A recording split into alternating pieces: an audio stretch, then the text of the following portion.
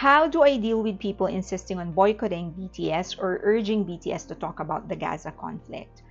I will not be talking about my view on the Gaza conflict. So if that's what you're here for, you're free to go. I am also not going to be talking about the history of the Gaza conflict. Definitely not the right person to talk about that. I have done my own research just so I can have some clarity on the issue, but I don't suggest you turn to me or some random person on Twitter for that matter on this. You have to do your own research. I will be talking about specifically fans who insist on boycotting BTS or who are relentless in insisting that BTS should talk about the Gaza conflict. If you ended up liking this video, please give it a like, subscribe, and hit that notification button, and share the video if you can. On to the video.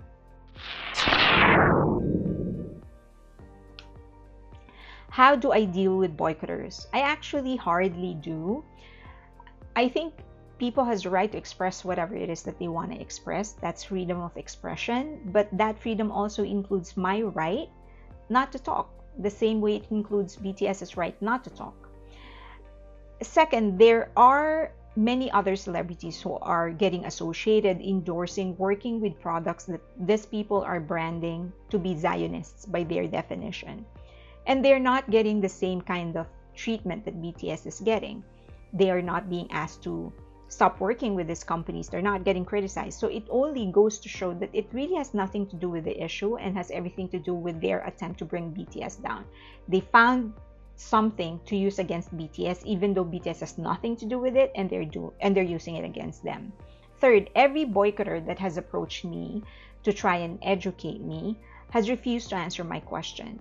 So they'll come to me and tell me, okay, I'll educate you about the issue so that you can talk about it. But the minute I ask questions, they get angry.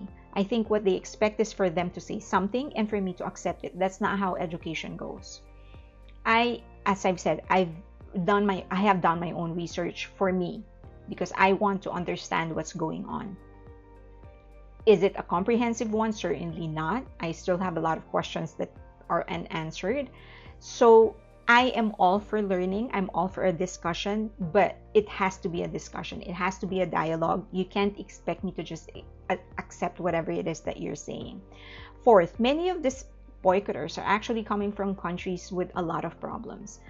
Women and children are getting abused, no education, famine, high crime rate.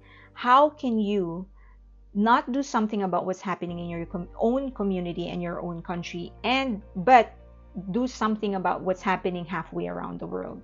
That's just hypocrisy for me. In my own country, we have a lot of problems. As I've said, children are not getting education, famine, women are getting abused, crime rate. China is trying to invade us. How it's just hypocritical of me to talk about a country halfway around the world and not talk about my own country. I think that is my absolute measure of hypocrisy. First, tell me what you're doing about your own community and your own country, and then let's talk about the conflict in other countries. Should BTS talk about this? I don't even want to think about what they should or shouldn't do. There are too many considerations in their situation that I don't know about. So I'm not even going to answer that question. I just want to make something clear. There are innocent children and families in Gaza. Whether or not you side with Palestine or whichever side you're taking, Israel or Palestine, the truth is that there are innocent people there and they need help. Even the US is actually sending help to these people. And UNICEF has been providing humanitarian support since the start of the conflict, October of 2023. They have been providing cash assistance. As of March 2024, UNICEF was providing monthly cash assistance to more than 500,000 people in Gaza, including 285,000 children. Families with pregnant or breastfeeding women receive an additional $100,000 per month, and families with children with disabilities receive an additional $66 per child. They are also sending emergency supplies. As of March 2024, UNICEF had delivered 594 truckloads of aid, including water pipes, hygiene supplies, sleeping mats, tents, and medical supplies. UNICEF also provide water treatment chemicals to sustain a desalination plant and pre-positioned emergency supplies at the Rafah crossing. UNICEF has been providing blankets, winter clothes to displaced children and families, and that is really what matters. That's what matters the most. And as we know, BTS is a longtime partner of UNICEF. And that's how I look at it. While people are so busy thinking about which group should have that land, who should occupy whatever, there are groups like UNICEF and BTS who are actually helping people just survive, because that's the hardest part. Again, regardless of whether you're siding with Israel or Palestine, there are innocent people in Gaza.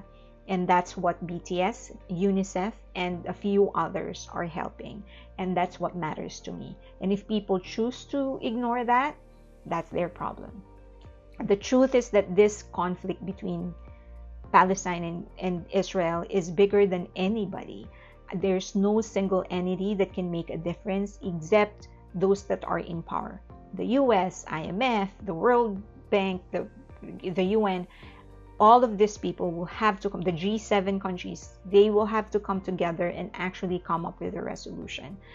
And so having this delusion of one group making a difference in the political, no. No, definitely not. I think BTS is doing exactly what they need to do. There are children there, there are women there are innocent families there, and those are the people that they are helping through their partnership with UNICEF.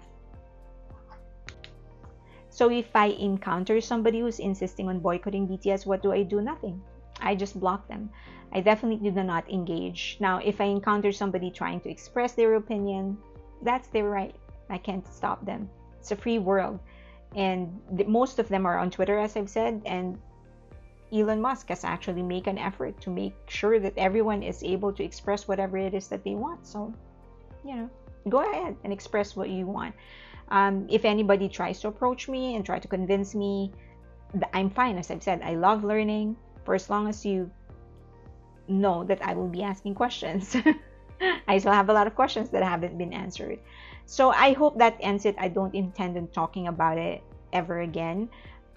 It's just that there were a lot of questions that came in last week. I think it was triggered by a specific event, but that's it. For boycotters, I'm just going to block them, not deal with them. For everyone else who's trying to express their opinion, go party. Okay. Do I have any other advice? Nothing. Just do your own research. Make sure you do your own research. Don't rely on a single source, especially faceless people and nameless people on Twitter. Do your own research when it comes to issues like this. Thank you so much. I hope that I was able to help in some way or another. If you ended up liking this video, please give it a like, subscribe, hit that notification button, and share the video if you can, because that's really what's making a difference. Also, follow me on Twitter or X. Subscribe to me on Patreon and on Instagram. Thank you. I appreciate you.